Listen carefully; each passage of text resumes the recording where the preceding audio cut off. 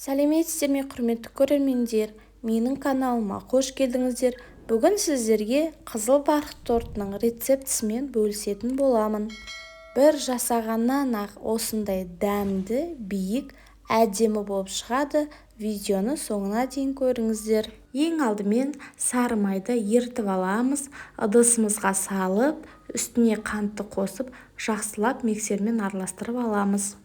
Жұмыртқаны кезекпен салып отырамыз, әр салған сайын миксермен араластырып отыру қажет.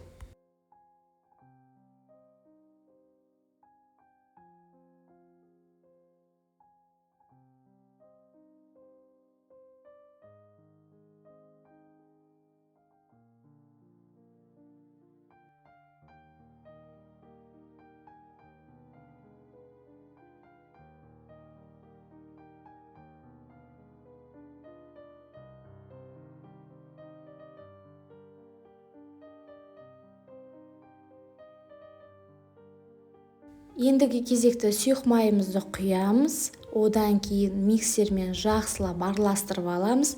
Осымен біздің сұйықтығымыз дайын болды.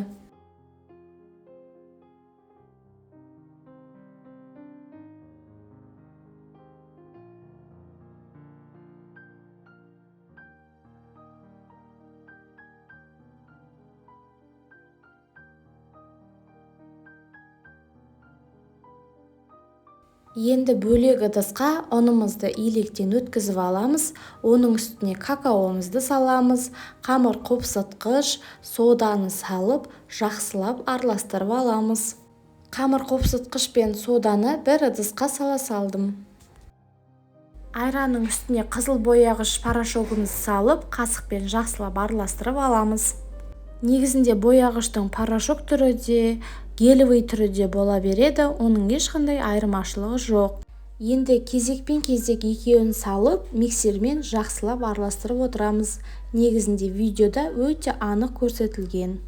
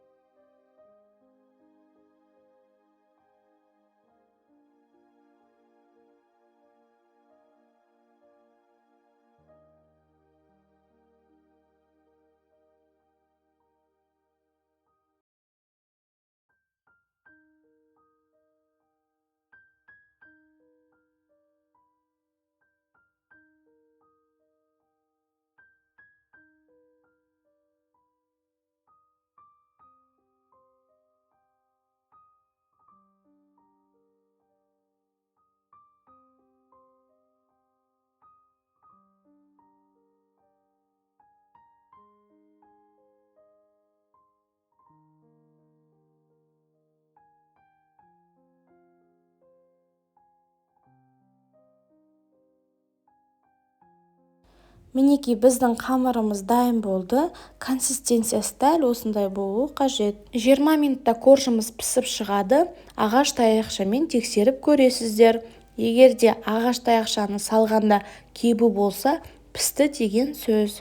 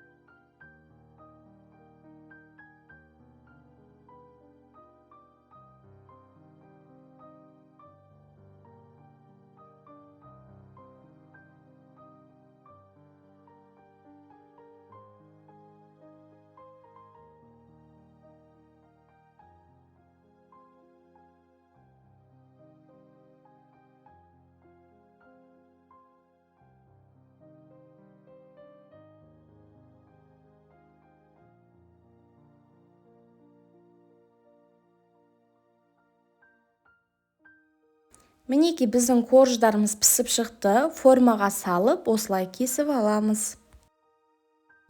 Енді торттың кремін дайындайтын боламыз. Креміміз әдемі болып шығу үшін творожный сыр мен сахарный пудраны миксерлеп аламыз. Одан кейін барып қана сливкиді құйып, миксермен араластырамыз. Дәл осылай мен айтқандай жасайтын болсаңыз, кремдеріңіз іртік-іртік болып қалмайды.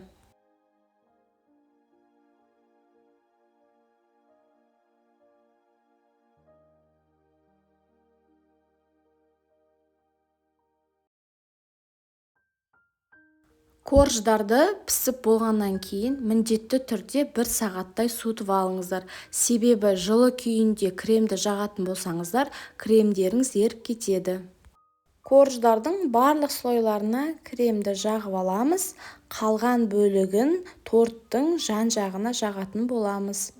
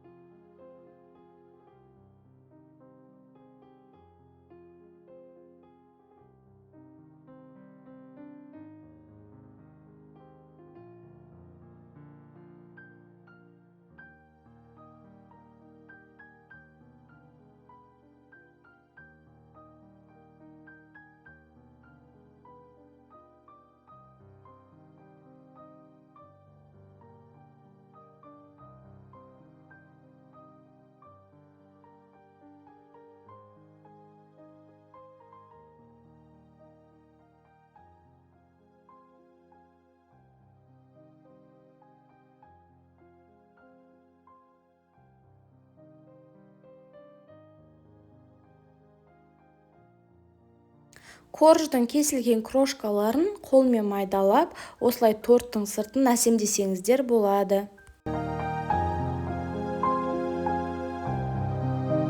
Осымен біздің тортымыз дайын болды. Сыртқа әсемдеуін өздеріңіздің қалауларыңыз бойынша жасасаңыздар болады. Менде осындай конфеттер бар екен, бетіне қоя салдым. Менің видеом ұнаса комментарий қалдырып, каналыма подписка жасауды ұмытпаңыздар. Менің каналымда Наполеон және де медовый торттың оригинал рецептері бар. Ссылкасын қалдырам, қарап көріңіздер.